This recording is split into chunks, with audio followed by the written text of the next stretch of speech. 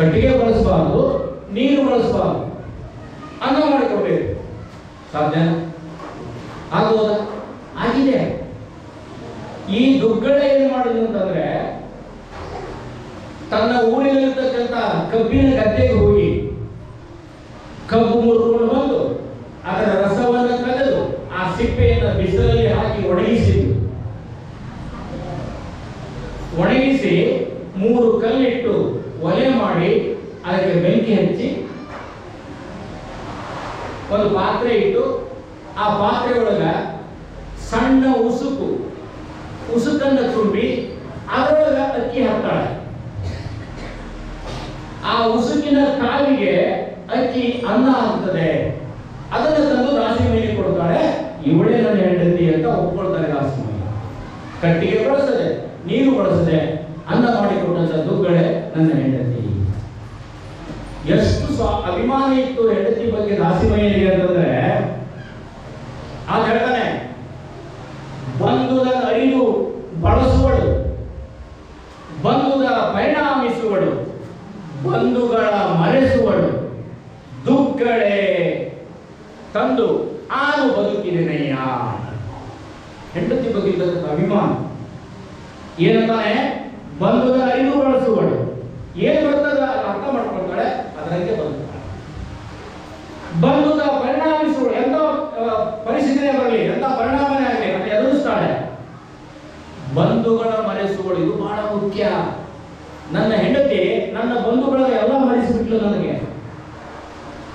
ಆನು ದುಗ್ಗಳೆಯ ತಂದು ಬದುಕಿದ್ದೇನೆಯ್ಯ, ಅವಳನ್ನ ಹೆಂಡತಿಯಾಗಿ ಪಡೆದು ನಾನು ಬದುಕಿದೆ. ಇದು ಆ ದಾಂಪತ್ಯದಲ್ಲಿರ್ತಕ್ಕಂಥ ಅನ್ಯೋನ್ಯತೆ. ಆಮೇಲೆ ಈ ಆಗಲೇ ಸತಿಪತಿಗಳೊಂದಾಗುತ್ತೆ ಈಗ ಒಪ್ಪುದು ಶಿವಂಗೆ.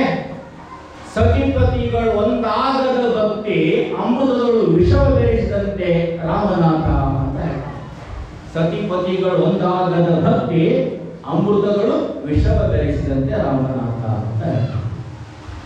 3 ಸಾಲಲ್ಲಿ ಜೀವನನೇ ಕಟ್ಟಿಕೊಂಡು ಹೊರಕವಿ ಬೇಂದ್ರೆ ಸರಸ ಜನನ ಬೆರಸ ಮರಣ ಸಮರಸ ಜೀವನ, ಈ 3 ಸಾಲಲ್ಲಿ ಇಡೀ ಜೀವನನೇ ಕಟ್ಟಿಕೊಟ್ರು.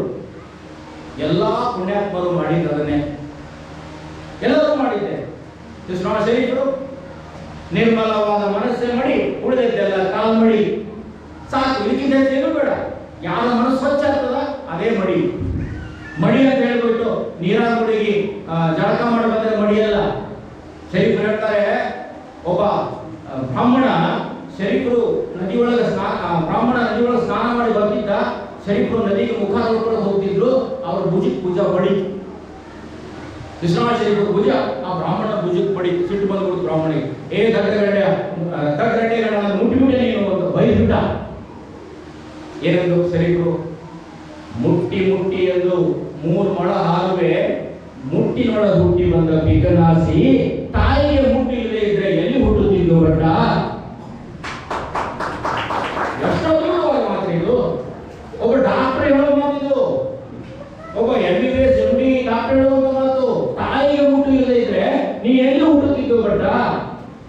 ಇದಕ್ಕೆ ಜೀವನ ಕಟ್ಟಿಕೊಡೋದು ಅಂತ ಹೇಳ್ತಾರೆ. ಜೀವನ ಹೇಗಂದ್ರೆ ಕಲಿಸಿಕೊಡುವಂಥದ್ದು. ಇದು ಹೇಗಂದ್ರೆ ಕರಿಯ ಕನ್ನಡಿಯವರು ತೋರಿದಂತೆ, ಆನೆಯನ್ನ ಕನ್ನಡಿಯವರು ತೋರಿಸಿದಂತೆ. ಸಾಧ್ಯತೆ ಎಲ್ಲ ಅದು ಸಾಧ್ಯದ. ಇವಾಗ ಕನ್ನಡಿ ಮುಂದೆ ಆನೆ ಇರಿಸಿದ್ರ ಅದರ ಚಿತ್ರ ಕಾಣುತ್ತದೆ ನೋಡಿ. ಕರಿಯ ಕನ್ನಡಿಯವರು ತೋರಿದಂತೆ ಎಲ್ಲವನ್ನೂ ಮಾಡಿಸುವ ಮೇಲಿದ್ದಾನೆ, ಎಲ್ಲವನ್ನೂ ಮಾಡಿಸುವ ಮೇಲಿದ್ದಾನೆ. ಅವನೇ ಆಟ ಆಡಿಸ್ತಾನೆ ಎಲ್ಲವನ್ನೂ ಕೂಡ. ಅದನ್ನೇ ಇವರು ಹೇಳೋದಲ್ಲ. ಎರಡು ದೇವರಿಗೆ ಎಲ್ಲ ಕಡೆ ಇರಕ್ಕಾಗುದಿಲ್ಲಪ್ಪ, ಎಲ್ಲರನ್ನು ರಕ್ಷಣೆ ಮಾಡಕ್ಕಾಗುದಿಲ್ಲ. ಅದಕ್ಕೆ ಏನ್ ಮಾಡದ, ಅದ್ರ ಬದಲಾಗಿ ತಾಯಿ ಅನ್ನೋ ಜೀವ ಸೃಷ್ಟಿ ಮಾಡದ. ನನ್ನ ಕೆಲಸ ನೀವು ಮಾಡಮ್ಮ ಹೋಗಿ, ತಾಯಿ ಅನ್ನೋ ಜೀವ ಸೃಷ್ಟಿ ಮಾಡದ. ಸರಿ, ತಾಯಿಗೂ ಎಲ್ಲರನ್ನು ರಕ್ಷಣೆ ಮಾಡ್ಲಿಕ್ಕಾಗಲಿಲ್ಲ, ಮಕ್ಕಳಿಗೆ ವಿದ್ಯೆ ಬುದ್ಧಿ ಕೊಡ್ಲಿಕ್ಕಾಗಲಿಲ್ಲ. ನಮ್ಮಂತ ಗುರುಗಳನ್ನು ಸೃಷ್ಟಿ ಮಾಡಿಲ್ಲ, ಅವರಿಗೆ ವಿದ್ಯೆ ಬುದ್ಧಿ ಕೊಡಿ, ತಪ್ಪಿದಾಗ ದಾರಿ ತಪ್ಪಿದಾಗ ಬುದ್ಧಿ ಹೇಳಿ ಅಂತ. ಆದ್ರೂ ಕೂಡ ಅನಾರೋಗ್ಯಕ್ಕೆ ತುತ್ತಾದಾಗ ಚೌಡಿಯವರಂತ ಡಾಕ್ಟರ್ ಕೊಟ್ಟ, ಅವರ ತಿದ್ದಿ ಅಂತ ನೋಡಿ. ಎಷ್ಟು ಅದ್ಭುತವಾಗಿದೆ ಈ ಲೋಕ. ಅದಕ್ಕೆ ಬಸವಣ್ಣ ಹೇಳ್ತಾರೆ, ಧರಣಿಯ ಮೇಲೊಂದು ಹಿರಿದಪ್ಪ ಅಂಗಡಿ ನಿಕ್ಕಿ ಹರದೆ ಕುಳಿತ ನೋಡ ನಮ್ಮ ಮಹಾದೇವ ಶೆಟ್ಟಿ.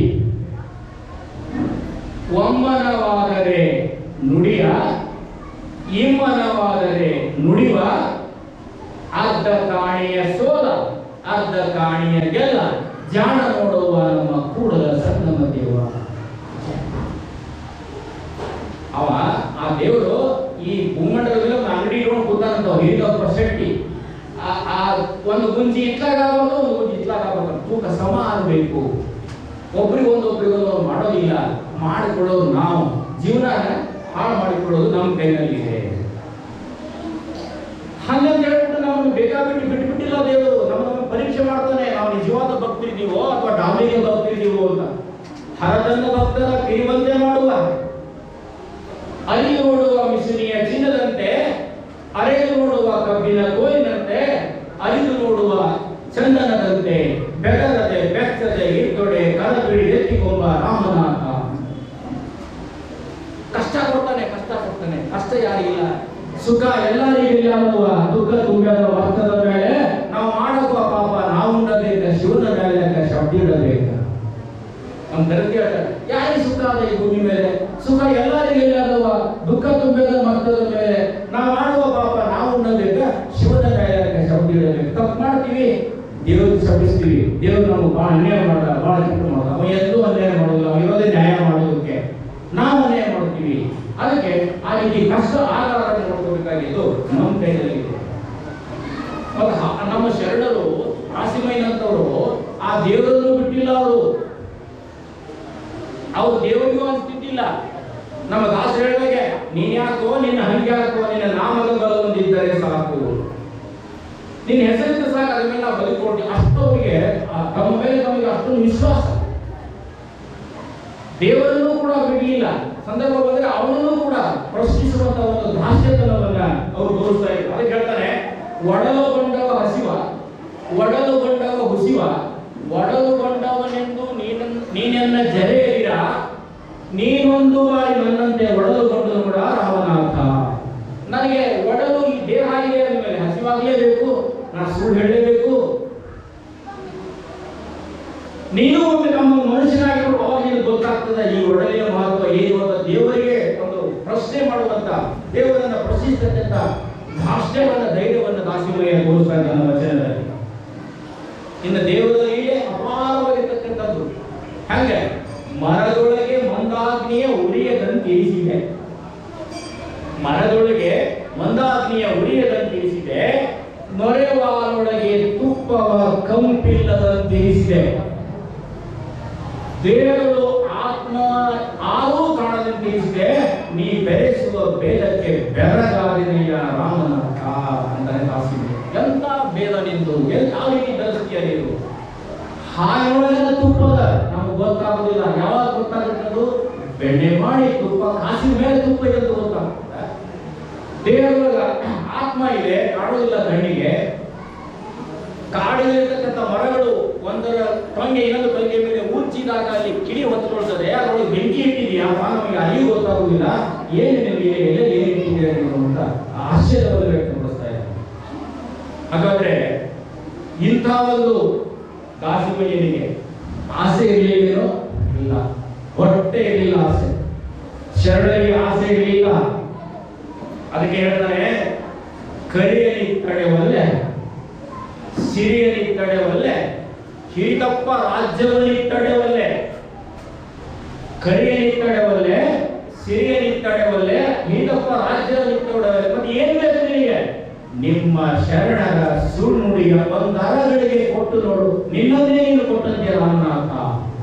ನನಗೆ ಆನೆ ಬೇಡ, ಅಂಬಾರಿ ಬೇಡ, ರಾಜ್ಯ ಬೇಡ, ಏನು ಬೇಡ. ರಾಜ್ಯ ತಗೊಂಡು ಏನ್ ಮಾಡಬೇಕು? ಭೂಮಿಯ ಗೆದ್ದರೆ ರಾಜ್ಯ, ಮನದ ಆಸೆ ಗೆದ್ದವ ಪೂಜ್ಯ. ಇವೆಲ್ಲ ಮನದ ಆಸೆ ಗೆದ್ದವರು, ಅದಕ್ಕೆ ಪೂಜ್ಯರಾದ್ರು. ನಾವು ಇವೆಲ್ಲ ಪೂಜೆ ಮಾಡ್ತೀವಿ. ಅವ್ರು ಯಾವ ನಾವು ಹರಿದವರಲ್ಲ, ಹೊಂದವರಲ್ಲ ಅಲ್ವಾ? ಅವ್ರು ಪೂಜೆ ಮಾಡ್ತೀವಿ, ಯಾಕಂದ್ರೆ ಮನದ ಆಸೆಯಿಂದ ಗೆದ್ದವರು. ಅದಕ್ಕೆ ಅಂಥವರಲ್ಲಿ ನಿಮ್ಮ ಒಂದೆರಡು ಒಳ್ಳೆ ನುಡಿ ಸಿಕ್ಕರೆ ಸಾಕಪ್ಪ, ನನಗೆ ಯಾವುದೂ ಬೇಡ ಅಂತ ಹೇಳ್ತಾರೆ. ಇನ್ನ ಸರಿ, ನಾನು ಭಕ್ತ, ಎಂಥ ಭಕ್ತ? ನನ್ನ ನಾನೇ ಹೇಳ್ಕೊಳ್ಳೋದಲ್ಲ. ಭಕ್ತಿ ಅನ್ನೋದು ದೇಹಕ್ಕೆ ಸಂಬಂಧಪಟ್ಟಿದ್ದಲ್ಲ, ಮನಸ್ಸಿಗೆ ಸಂಬಂಧಪಟ್ಟ. ಅದು ಮನಸ್ಸಿನ ವ್ಯವಹಾರ, ದೇಹದ ವ್ಯವಹಾರ ಅಲ್ಲ. ಅದಕ್ಕೆ ಒಂದು ಬಹಳ ಸುಂದರವಾದ ವಚನ ಬರೀತಾನೆ ಕಾಸಿಮೆ. ನೋಡಿ, ಅರ್ಥ ಮಾಡ್ಕೊಳ್ಳಿ. 2 ವಚನಗಳನ್ನ ನಾನು ಹೇಳ್ತೀನಿ, ಬಹಳ ಹೊಸಾಗಿರ್ತಾರೆ. ಬರು ಸಟೆಗನ ಭಕ್ತಿ ಬಿಡವೆಂದು ನಚ್ಚಲು ಬೇಡ, ಮಠದೊಳಗಣ ಬೆಕ್ಕು ಇಲಿಯ ಕಂಡು ಬುಡನೆಗೆದಂತಾಯಿತು ಕಾಣ ರಾಮನಾಥ. ಬರು ಸಟೆಗ, ಸಟೆಗ ಅಂದ್ರೆ ಮೋಸಗಾರ, ಅತ್ಯಂತ ಮೋಸಗಾರನ ಭಕ್ತಿಯನ್ನ ದಿಟ ಸತ್ಯ ಅಂತ ನಂಬಬೇಡ. ಅದಕ್ಕೊಂದು ಉದಾಹರಣೆ ಕೊಡ್ತಾನೆ. ಈಗ ಒಂದು ಮಠ ಇರ್ತದೆ, ಗರ್ಭಗುಡಿ ಇರ್ತದ, ಅದೊಂದು ಬೆಕ್ಕು ಕಣ್ಣು ಮುಚ್ಕೊಂಡು ಕೂತಿರ್ತದ. ಯಾವುದು? ಬೆಕ್ಕು ಕಣ್ಣು ಮುಚ್ಚಿಕೊಂಡು. ಎದಕ್ಕೆ? ಧ್ಯಾನ ಮಾಡೋದನ್ನ ಇಲ್ಲ, ಅಲ್ಲೊಂದು ಬಿಲ ಇತ್ತು, ಅಲ್ಲೊಂದು ಬುದ್ಧಿ ಇತ್ತು, ಅದರೊಳಗೆ ಇಲಿ ಇತ್ತು, ಅದು ಯಾವಾಗ ಬರುತ್ತೋ ಅಂತ ಕಾಯ್ಕೊಂಡು ಕೂತದ. ಮಠದೊಳಗಣ ಬೆಕ್ಕು ಇಲಿಯ ಕಂಡು ಕುಡನೆಗೆದಂತಾಯಿತು ಕಾಣ ರಾಮನಾಥ. ಇಲಿ ಕಂಡು ಕೂಡ ಸಣ್ಣ ಜಿಗಿದು ಹಿಡ್ಕೊಂಡು ಬಂದ್ಬಿಡ್ತು. ಅದಕ್ಕೆ ಮಠ ಆದ್ರೂ ಗೊತ್ತಿಲ್ಲ, ಗರ್ಭಗುಡಿ ಆದ್ರೂ ಗೊತ್ತಿಲ್ಲ, ಅಲ್ಲಿ ಹಿಂಸೆ ಮಾಡಬಾರ್ದು ಅಂತ ಗೊತ್ತಲ್ಲ. ಇಂಥವರ ಮನಸ್ಸು ಹೇಗಿರ್ತದಂದ್ರೆ, ಯಾರು ಬರು ಸಟೆಗ ಮೋಸಗಾರ ಇರ್ತಾರೆ, ದಿನ ಮಾಡ್ತಿರೋದು ಅಪಚಾರ ಹೇಳೋದು ಬೃಂದಾವನ ಅಂತಾರಲ್ಲ, ಅಂಥವ್ರ ಕೃತಿ ಮಾತನಾಡ್ತಾರೆ. ಇನ್ನೊಂದು ವಚನದಲ್ಲಿ ಶುದ್ಧ ಮನಸ್ಸಿನಿಂದ ಭಕ್ತಿಯನ್ನ ಮಾಡಿದ್ರೆ, ತೋರಿಕೆಗಾಗಿ ಮಾಡಿದ್ರೆ ಎಲ್ಲ ವ್ಯರ್ಥ ಆಗಿ ಹೋಗ್ತದ. ಹೆಂಗ್ ವ್ಯರ್ಥ ಆಗಿ ಹೋಗ್ತದ ಅಂದ್ರೆ, ಹರಿದ ಗೋಣಿಯಲ್ಲೊಬ್ಬ ಕಡವೆ ತುಂಬಿದ ಇರುಳೆಲ್ಲ ನಡೆದನ ಸುಂಕ ಗಂಜಿ. ಹರಿದ ಗೋಣಿಯಲ್ಲೊಬ್ಬ ಕಡವೆ ತುಂಬಿದ ಇರುಳೆಲ್ಲ ನಡೆದನ ಸುಂಕ ಗಂಜಿ. ಕಡವೆ ಎಲ್ಲ ಹೋಗಿ ಬರೀ ಗೋಣಿ ಉಳಿಯಿತು, ಅಡಿಮರದವನ ಭಕ್ತಿ ಇಂತಾಯಿತು ಕಾಣ ರಾಮನಾಥ. ಸ್ವಲ್ಪ ಬಿಡಿಸ್ತೇನೆ. ಒಬ್ಬ ಜಿಪುಣ, ಹಿಂದಕ್ಕೆ ಏನಿತ್ತು, ಮಾರ್ಕೆಟಿಂಗ್ ಗಾಡಿ ಅದು ಏನಿರಲಿಲ್ಲ, ಬೆಳೆಯನ್ನ ಹೋಗಿ ಮಾರ್ಕೆಟಿಗೆ ಮಾರ್ಕೊಂಡು ಬರ್ಬೇಕಾದ್ರೆ ಹೊತ್ಕೊಂಡು ಹೋಗ್ಬೇಕಿತ್ತು. ಅವಾಗ ಸುಂಕದ ಕಟ್ಟೆ ಅಂತಿದ್ದು, ಊರವರು ಸುಂಕದ ಕಟ್ಟೆ ಅಂತಿತ್ತು. 4 ಅಣೆ 8 ಅಣೆ ಸುಂಕ ಕೊಟ್ಟು ತೆರಿಗೆ ಕೊಟ್ಟು ಹೋಗ್ಬೇಕಿತ್ತು. ಏನು ನಾವು ಟ್ಯಾಕ್ಸ್ ಇಂಗ್ಲಿಷ್ ಹೇಳ್ತೀವಿ ಅದವಾಗಿ. ಒಬ್ಬ ಏನ್ ಮಾಡಿದಂತ, ಹಗಲೊತ್ತು ಹೋದ್ರೆ ಸುಂಕದ ಕಟ್ಟೆ ಒಳಗೆ ಕುಂತಿರ್ತಾನ, ಸುಂಕ ವಸೂಲಿ ಮಾಡವ. ಅವ್ನು ಸುಂಕ ಕೊಡ್ಬೇಕಾಗತ್ತೆ ತಿಳ್ಕೊಂಡು ರಾತ್ರಿ ಹೋಗ್ಬಿಟ್ರೆ ಅದು ಯಾರೇ ಇರಂಗಿಲ್ಲ ಅಂತ ತಿಳ್ಕೊಂಡು ಭಕ್ತ ತಗೊಂಡು ಮಾರಾಕೊಂಡ. ಹರಿದ ಗೋಣಿ ಗೋಣಿ ಚೀಲ, ಕಾಯಿ ಚೀಲ ಅಂತೀವಿಲ್ಲ, ಕತ್ಲು ಬೇರೆ.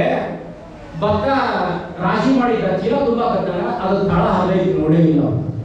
ಕತ್ಲಲ್ಲ, ತುಂಬಿದ ಚೀಲೇನೋ ತುಂಬಿತು. ಹೆಗಲ ಮೇಲೆ ಬೆನ್ನ ಮೇಲೆ ಹಾಕೊಂಡ. ಹರಿದ ಗೋಣಿಯಲ್ಲೊಬ್ಬ ಕಡವೆ ಬಂತ, ಕಡವೆ ತುಂಬಿದ ಇವಳೆಲ್ಲ ನಡೆದನ ಸುಂಕ ಗಂಜಿ. ರಾತ್ರಿ ಎಲ್ಲ ನಡೆದ ಎಷ್ಟೋ ಕಿಲೋಮೀಟರ್ ಮಾರ್ಕೆಟ್ ಹೋದ, ಅಲ್ಲಿ ಬೆಳಕನ್ನೇ ನೋಡ್ತೀನಿ ಅಂತ ಹೋದ. ನಿಜ. ಏನಾಯ್ತು ಮುಂದೆ? ಇವಳೆಲ್ಲ ನಡೆದನ ಸುಂಕ ಗಂಜಿ. ಬೆಳಕಾಯ್ತು, ಕಡವೆ ಎಲ್ಲ ಹೋಗಿ ಬರೀ ಗೋಣಿ ಉಳಿಯಿತ್ತು. ಆ ಎಲ್ಲ ಭತ್ತ ಸೋರಿ ಹೋಗ್ಬಿಟ್ಟು ಬರೀ ಖಾಲಿ ಚೀಲ ಉಳಿಯಿತ್ತು.